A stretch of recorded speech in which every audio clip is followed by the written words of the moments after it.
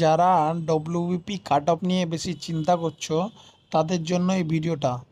দেখো, cut off নিয়ে যারা চিন্তা করছো, বিশেষ করে যারা টায় টায় নাম্বার আছো বা 50-এর নিচে আছো, তাদের চিন্তা হওয়াটাও স্বাভাবিক।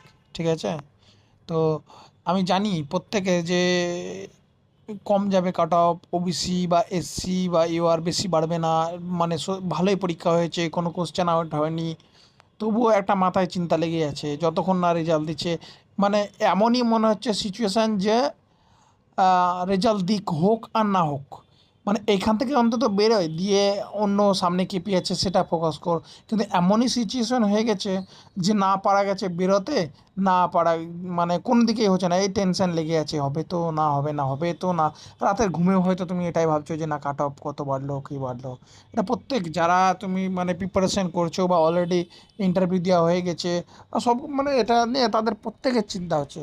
তো আমি তোমাদের একটাই কথা বলবো যে দেখো, কাট অফ নিয়ে আলটিমেট চিন্তা করে কোনো লাভ হবে না। তুমি একটু ঠান্ডা মাথায় ভাবো, চিন্তা করে লাভ হবে না। আমি জানি, আমি বললেও চিন্তা হবে যে না কত কাট অফ যাবে। দেখো, তুমি হয়তো এমনও বা হয়ে থাকে যে তুমি ইউটিউবের এমন কোনো কাট অফ ভিডিও যারা ছেড়েছে তুমি সবই হয়তো দেখে নিয়েছো, দেখার পরে তবুও তোমার মনে আসে না যে কাট অফ কত যাবে, কাট অফ কত যাবে, কাট অফ কত যাবে। টেনশনটা স্বাভাবিক।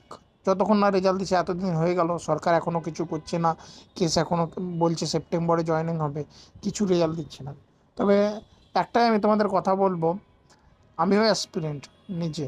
তো আমি তোমাদের একটাই কথা বলবো যে সামনে যে কলকাতা পুলিশ আছে সেটার রেজাল্ট বাকি আছে। আর যারা ভালো মোটামুটি দিয়েছো তারা রানিং প্র্যাকটিস করো। আর এদিকে কলকাতা পুলিশের জন্য মেনের জন্য যে যে মানে যেমনটা প্রিপারেশন, যাতে ডাব্লিউপির মতো না হয় যে কাট অফ, যেন ওখানে কাট অফ চিন্তা না করতে হয় সবসময় যে না ঠিক আছে আমি এবার সিলেকশন পেয়ে যাব। তো এই হিসাবে প্রিপারেশান করো, রানিংটা প্র্যাকটিস করতে থাকো। আর এটার যখন দেবে তখন দেবে, এটা নিয়ে অত ভাবার দরকার নেই। তো তোমাদের এটাই বলার ছিল। আর যাদের আমার ভিডিও পছন্দ হয় তারা প্রত্যেকে আমার চ্যানেলটা সাবস্ক্রাইব করবে। থ্যাংক ইউ সবাইকে।